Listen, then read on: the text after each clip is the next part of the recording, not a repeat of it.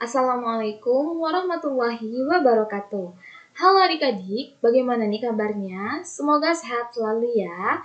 Kali ini bersama saya Rifki Dian Hasna. Kali ini saya akan membahas materi matematika SMP yaitu tentang koordinat kartesius.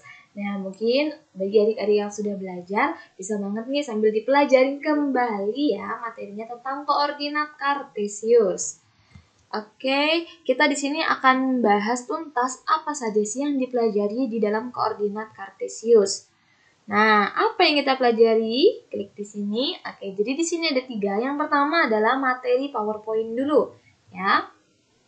Oke, jadi di koordinat kartesius ini nanti kita akan belajar tentang menentukan dari sebuah titik koordinat, kemudian menentukan kuadran dari sebuah titik, menentukan jarak titik terhadap sumbu X dan sumbu Y.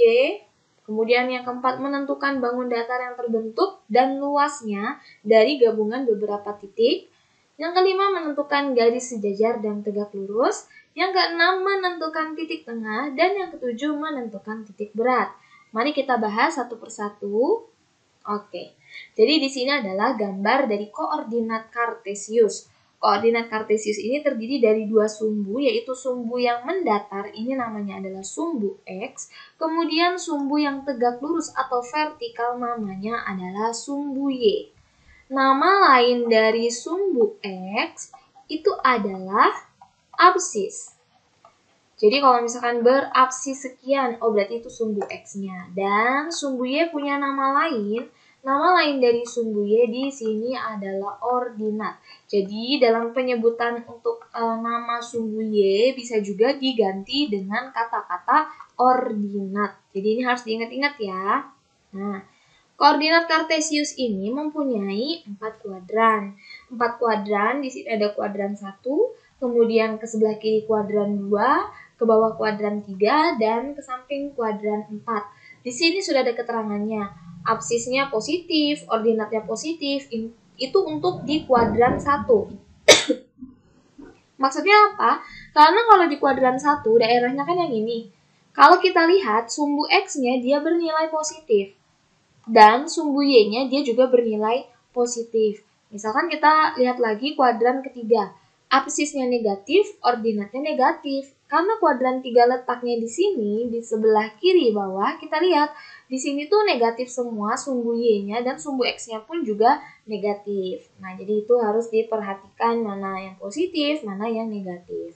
Dalam menentukan sebuah titik koordinat atau koordinatnya itu bagaimana? Itu caranya dengan buka kurung X, Y. Artinya X di sini adalah sumbu X, Y di sini adalah sumbu Y. Jadi misalkan saya punya sebuah titik dengan koordinat 2,3. Artinya 2 di sini merupakan titik yang berada di sumbu X. Dan 3 di sini merupakan titik yang ada di sumbu Y. Ya, jadi misalkan saya punya contoh 2,6. Artinya 2 yang di sini adalah sumbu X, kemudian 6 di sini adalah sumbu Y. Nah, nama lainnya apa? Misalkan absis. Berarti di sini absisnya berapa? Absisnya 2. Kemudian ada lagi ordinat. Oke, berarti di sini ordinatnya berapa? Ordinatnya adalah 6. Nah, yang di tengah ini titik pusat ya. Di sini adalah 0,0 sebagai titik pusat dari koordinat kartesius. Kita lanjut.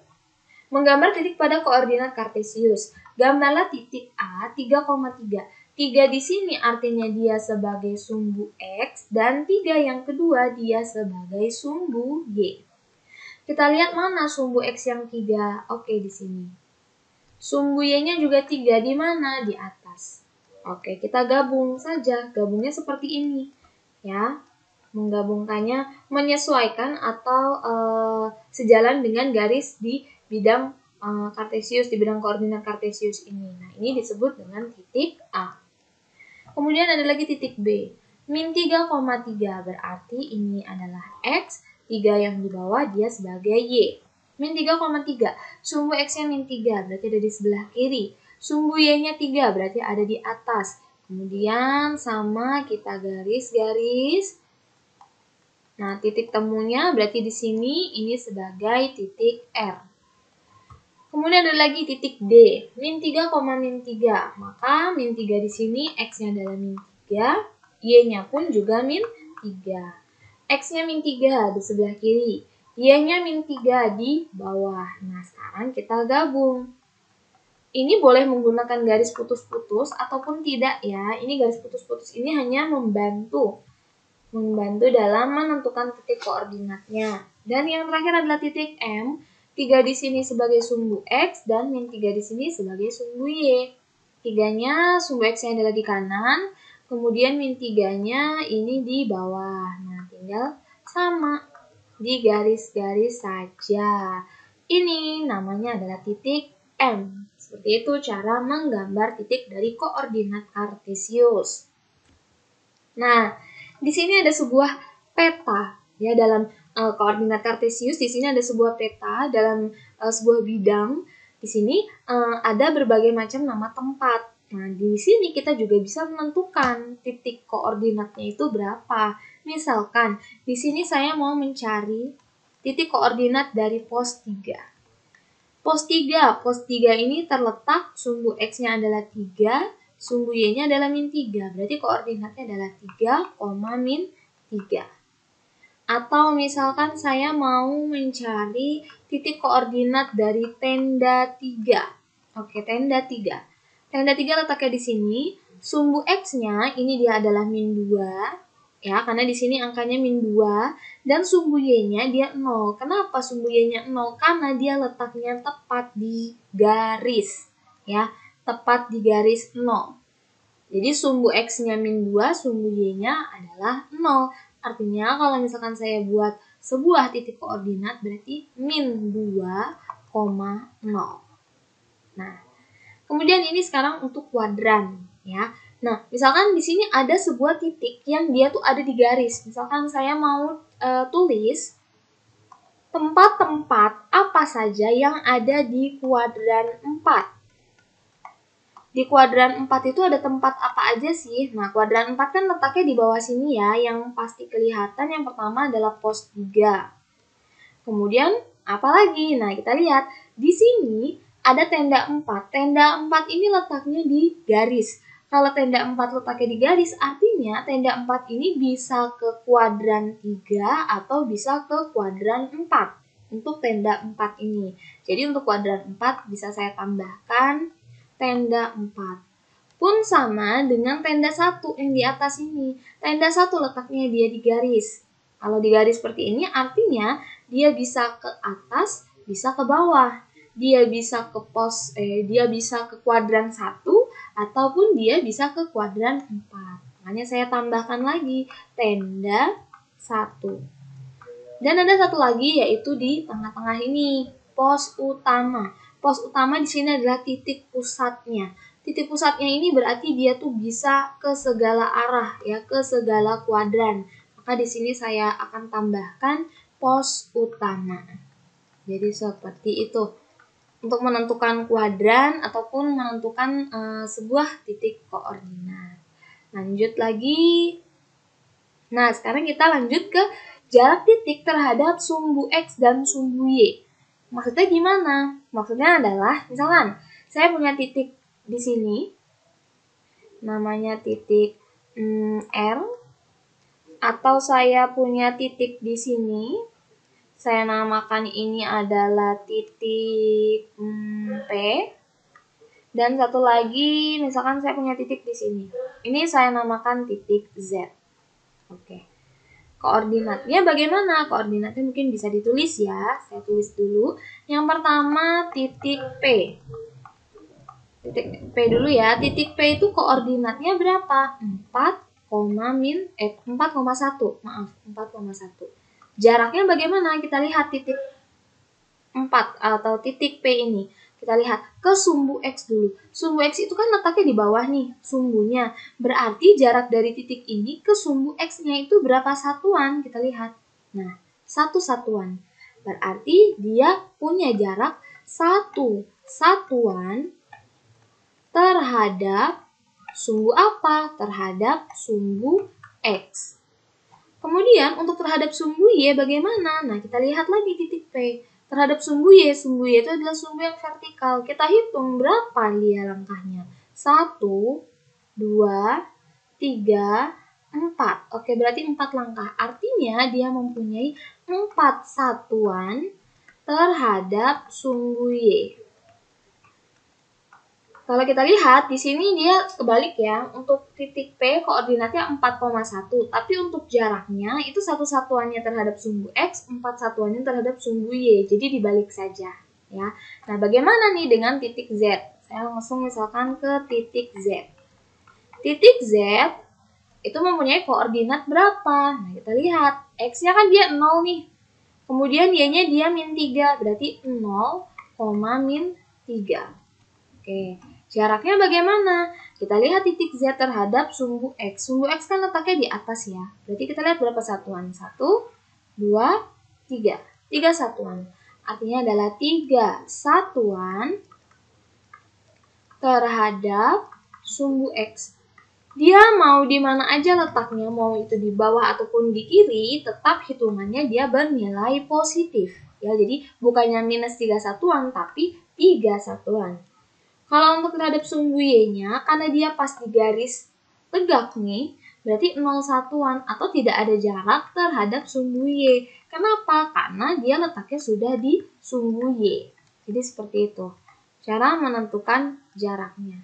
Bagaimana kalau dengan titik R? Kalau titik R tinggal dilihat saja terhadap sumbu Y-nya berapa? 1, 2, 3, 4. Kemudian terhadap sumbu X-nya juga sama dihitung. 1, 2, 3, 4. Jadi seperti itu. Untuk menghitung jarak titik terhadap sumbu X dan sumbu Y. Kemudian lanjut lagi. Nah, di sini ada latihan. Gambarlah titik A, titik R, titik D, titik M. Nah, kita satu-satu nih. Kemudian ada pertanyaan lanjutannya. Tentukan bangun datar yang terbentuk dan tentukan luasnya. Jadi intinya kalau seperti ini tuh bagaimana? Kita harus gambar titiknya dulu sampai ketemu titik-titiknya itu di mana. Nah, nanti setelahnya tuh baru kita gabung masing-masing titiknya yang mana nanti akan membentuk sebuah bangun datar. Pertama titik A dulu ya. Titik A 3,2. Berarti sumbu X-nya adalah 3, sumbu Y-nya adalah 2. Oke, kita gambar terlebih dahulu.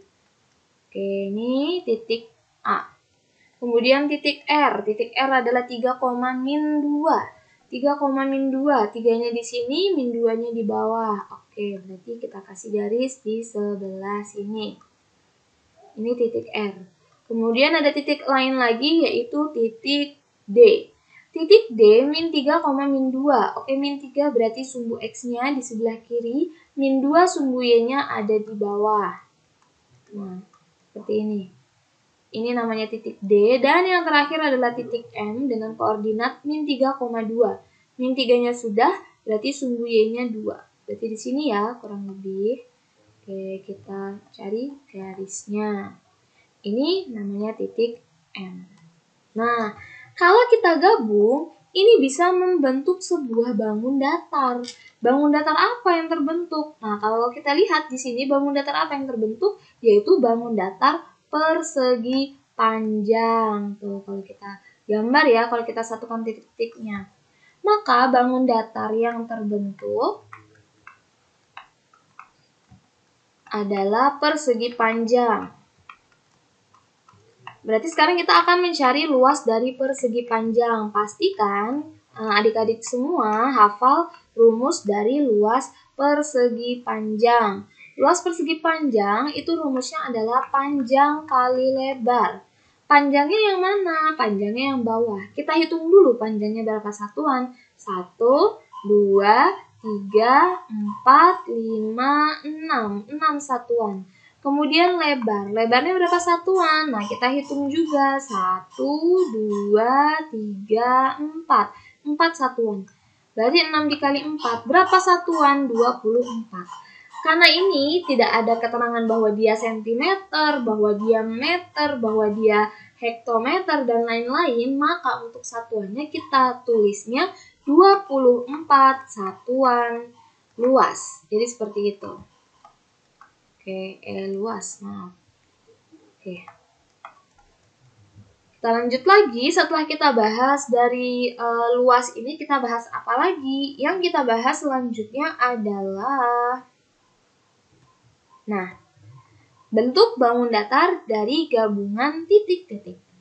Bentuk bangun datar nih, nah bisa kita lihat nih seperti yang tadi ya, ini sudah terbangun nih, misalkan ini kita kasih keterangan 1, di sini kita kasih keterangan 2, di sini kita kasih keterangan 3, di sini kita kasih keterangan 4. Dari sini kita bisa menentukan untuk gambar 1, berarti dia adalah trapesium sama kaki. Nah, jadi paling nggak tuh kita harus tahu bentuk-bentuk bangun datar. Kita kembali mengingat materi SD. Oh, ini bangun datar ini. Oh, ini namanya bangun datar ini. Seperti itu. Nah, untuk yang nomor 2, di sini adalah jajar genjang. Kemudian untuk bangun datar yang ketiga, di sini gambarnya adalah gambar persegi. Dan gambar yang keempat, di sini adalah gambar segitiga. Tapi segitiganya harus kita spesifikkan. Segitiga apa? Kalau dilihat dari gambar, di sini ada gambar siku-sikunya. Berarti segitiga siku-siku. Jadi seperti itu. Contoh bentuk bangun datar dari gabungan titik-titik. Baik, untuk yang selanjutnya kita akan membahas tentang garis saling sejajar dan tegak lurus pada koordinat kartesius. Sebelumnya saya akan kasih tahu dulu nih simbol-simbolnya ya supaya memudahkan. Kalau ada simbol seperti ini, garis miring 2, ini adalah simbol dari sejajar. Jadi tanpa kita harus tulis kata sejajar, kalau ada simbol seperti ini maka dia diartikan dengan sejajar. Kalau ada simbol seperti ini, yang satu vertikal, yang satu horizontal, kemudian ada tanda siku-sikunya, maka dia dinamakan dengan tegak lurus. Oke, jadi seperti itu. Nah, bagaimana contoh dari sejajar dan tegak lurus? Misalkan, saya punya garis M. Garis M di sini merupakan garis yang horizontal. Nah, kalau misalkan garis M saya mau sejajarkan dengan garis lain, maka kita harus cari garis lain yang posisinya sama, yaitu sejajar atau horizontal. Maka di sini bisa dicontohkan dengan misalkan garis P. Oke. Kemudian ada lagi nih.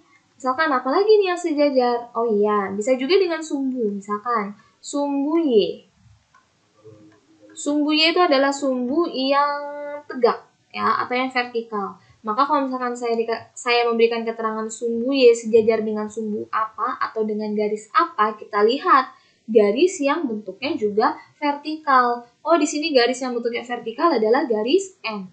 Artinya sejajar dengan garis M. Bagaimana dengan yang tegak lurus? Oke, sekarang saya kasih contoh untuk yang tegak lurus. Tegak lurus misalkan di sini saya punya garis N. Garis N di sini tegak lurus dengan apa? Oke, garis N. Garis N ini bentuknya adalah vertikal. Maka dia tegak lurus dengan garis yang bentuknya horizontal atau mendatar. Misalkan saya dengan garis A. Adik-adik nih boleh ya memasangkannya sendiri gitu ya. Yang penting memang dia itu berpasangan untuk yang tegak lurus dan untuk yang sejajar. Satu lagi yang tegak lurus ya, misalkan saya punya sumbu X. Sumbu X ini tegak lurus dengan apa ya? Nah, sumbu X itu adalah sumbu yang mendatar, maka kalau tegak lurus kita harus cari garis yang tegak. Garis yang tegak itu apa? Misalkan di sini adalah garis N. Maka sumbu Y ada tegak lurus dengan garis N. Seperti itu. Oke, selanjutnya kita akan bahas tentang titik tengah pada koordinat kartesius. Titik tengah pada suatu garis pada koordinat kartesius adalah titik yang membagi sebuah garis menjadi dua bagian sama panjang. Jadi misalkan ada sebuah garis ya dalam koordinat gitu ya. Nah, titik tengah itu berarti yang di sini membagi sebelah kanan dan sebelah kiri sama panjang. Atau kalau misalkan garisnya itu adalah vertikal, maka titik tengahnya di sini membagi bagian atas dan membagi bagian bawah sama panjang. ya. Jadi karena di sini berkaitan dengan garis, maka akan ada dua titik, ya, titik yang di ujung sebelah kiri kanan ataupun titik yang di ujung atas dan ujung bawah. Makanya di sini jika titik P adalah titik tengah dari X, Y, misalkan ada dua titik, ada dua titik, titik X dan titik Y. Titik X mempunyai koordinat seperti ini. Titik Y mempunyai koordinat seperti ini. Maka titik koordinat P atau titik tengahnya adalah seperti ini. Sesama sumbu X ditambah, dibagi 2. Kemudian sesama sumbu Y ditambah, kemudian juga dibagi 2. Oke. Contoh, titik tengah dari segitiga KL jika koordinat titik K adalah 2,7 dan L adalah 3,5 itu berapa? Sebelumnya kita harus tentukan dulu. Untuk titik K, di sini 2-nya ini sebagai X1, kemudian 7-nya sebagai Y1. Dan 3 yang di sini dia sebagai X2, kemudian Y yang di sini adalah Y2. Kalau kita sudah menentukan mana X1, X2, Y1, Y2, maka kita bisa masuk ke dalam perhitungan. Berarti titik tengah, untuk titik tengah ini hanya simbol, ya, P itu hanya sebuah simbol. Kalau teman-teman atau adik-adik mau ganti simbolnya jadi huruf lain pun tidak masalah. Yang penting rumusnya tetap sama ya, yaitu X1 ditambah X2 dibagi 2, Y1 ditambah Y2 dibagi 2. Oke. Berarti X1-nya berapa? 2. Ditambah X2. X2-nya berapa? 3. Kemudian dibagi 2. Y1. Y1-nya 7, Y2-nya adalah 5 dibagi 2. Berarti P-nya 2 ditambah 3 itu 5, berarti 5/2. 7 ditambah 5 adalah 12, 12 dibagi 2. Kalau mau disederhanakan, boleh ya. Misalkan 5 dibagi 2, itu jawabannya adalah 2,5. Kemudian 12 dibagi 2, jawabannya adalah 6. Jadi seperti itu untuk mencari titik tengah. Sekarang titik berat. Titik berat di sini merupakan disebut juga dengan titik keseimbangan. Kalau tadi titik tengah itu kita ngomongnya adalah sebuah garis, ada sebuah garis, terus kita cari itu titik tengahnya di mana. Tapi kalau misalkan titik berat itu ada sebuah bangun datar atau bidang. Bangun datarnya bentuknya macam-macam. Misalkan contohnya persegi. Makanya dinamakan titik berat itu adalah titik keseimbangan. Titik yang membagi arah kanan, kiri, atas, bawah itu sama panjang, sama besar. Ya, jadi ini titik keseimbangan disebut juga. Nah, di sini titik keseimbangan saya contohkan rumusnya seperti ini. Tapi rumusnya bisa berubah karena ini adalah titik berat dari 3 titik, berarti bangun datarnya itu adalah bangun datar segitiga. Ya, jadi segitiga punya 3 titik, di sini koordinatnya, maka rumusnya seperti ini sama. Sesama sumbu X semuanya ditambah dibagi 3, sesama sumbu Y semuanya ditambah dibagi 3. Karena ini titiknya 3, maka dibagi 3. Tapi jikalau itu adalah titik berat dari sebuah persegi atau sebuah persegi panjang yang mempunyai 4 titik, maka ini bukan dibagi 3 lagi, tapi ini dibagi dengan 4. Seperti itu. Nah, sekarang bagaimana contohnya? Nah, ini contoh dari penerapan titik berat ya, disebut juga titik keseimbangan. Di sini ada konstruksi bangunan yang tentu akan sangat banyak menggunakan konsep titik berat ya. Dan juga di sini ada balon udara. Balon udara juga sangat bergantung pada titik berat ya untuk menentukan titik keseimbangannya itu di mana. Oke. Kemudian ini contoh dari titik berat. Titik berat dari segitiga ABC jika koordinat A 4,3, B 7,1, C 1,5 adalah sama seperti sebelumnya, kita harus menentukan dulu nih mana X1, X2, X3, Y1, Y2, Y3.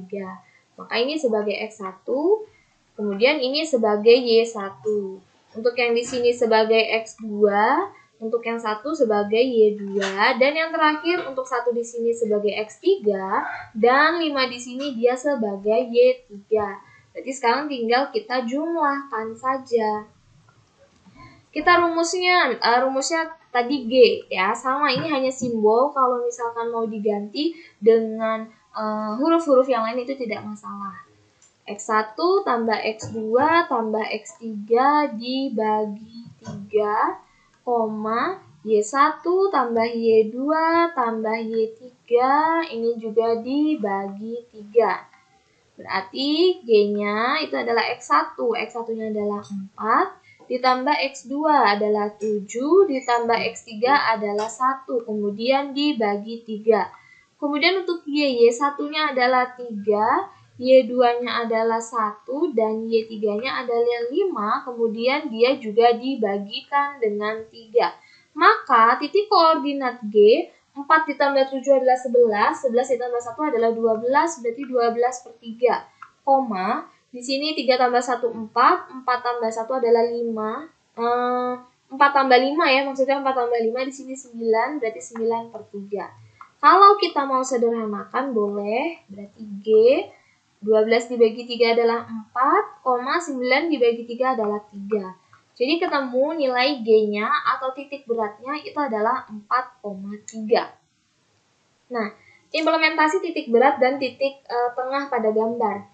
Titik berat dan titik tengah itu tadi sudah dikasih tahu rumusnya. Tapi pada beberapa soal bisa loh kita mencari titik berat dan juga titik tengah tanpa kita harus tadi menginput rumusnya itu tadi. Nah, gimana? Contohnya seperti ini. Jadi di sini ada bangun datar persegi panjang.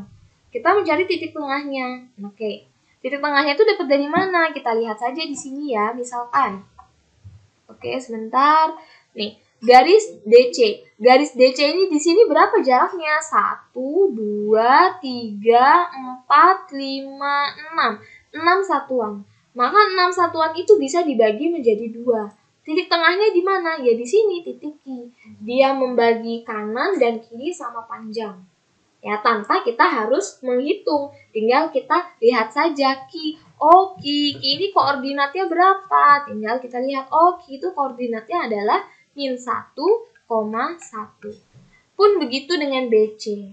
BC ini 1, 2, 3, 4. Nah, 4 satuan bisa membagi sama panjang 2 di atas, 2 di bawah. Maka ketemu titik tengahnya adalah titik P.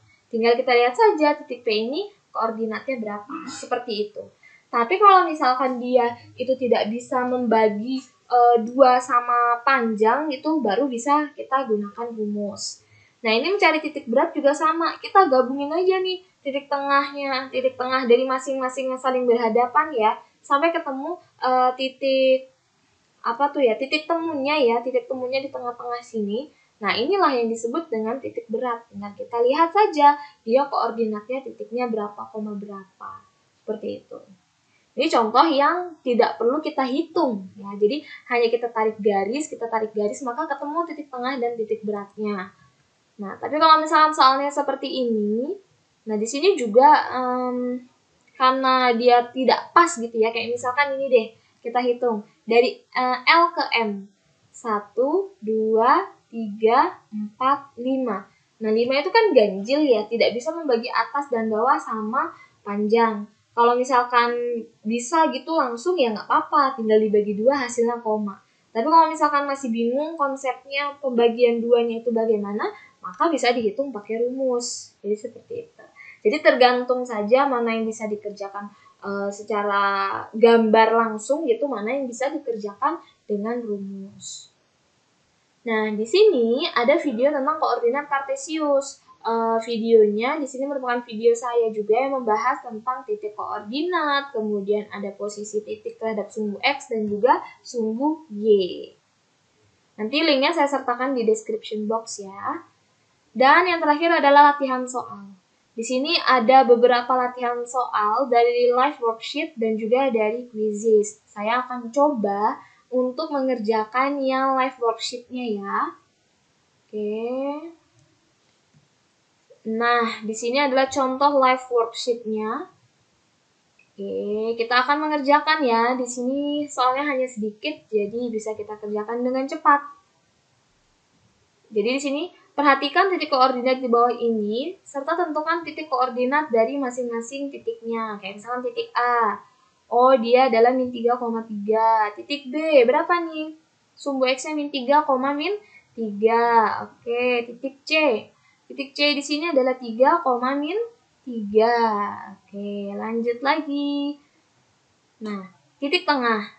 Kalau kita lihat titik tengah di sini bisa langsung ya. P adalah titik tengah AB. Kita lihat AB 1, 2, 3, 4, 5, 6. 6 satuan jaraknya. Maka kalau dibagi 2 sama besar itu bisa ya. Berarti pas di tengah-tengah nih. Jadi koordinat titik tengahnya di sini adalah min 3,0. Untuk Q adalah titik tengah BC.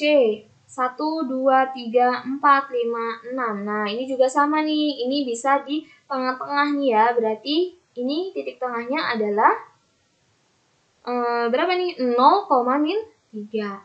Dan R, titik tengah dari AC. Nah, AC di sini meskipun dia garis miring ya, tapi dia tuh punya panjang yang bisa dibagi 2. Nih, berapa kali lompatan? Ini 6 miring, maka dia bisa dibagi 2. Artinya tengah-tengahnya tuh di titik pusat, yaitu 0,0. Kemudian di bawahnya, yang manakah yang disebut dengan titik berat? Titik berat itu adalah titik keseimbangan dalam sebuah bidang. Titik yang berada di tengah-tengah. Kalau kita lihat di sini, maka titik beratnya adalah N. Kalau K, L, M itu adalah sebuah titik tengah. Koordinat titik berat, berarti di sini adalah min 1, min 1. Oke, nah ini tinggal refleksi saja kegiatan pada hari ini bagaimana, kemudian finish. Oke, seperti itu. Nah, baik, demikianlah pembahasan tentang koordinat kartesius ya. Semoga bermanfaat. Jangan lupa saksikan video-video lainnya. Ada latihan soalnya juga, nanti saya sertakan linknya di description box. Oke, terima kasih semuanya. Saya akhiri. Wassalamualaikum warahmatullahi wabarakatuh.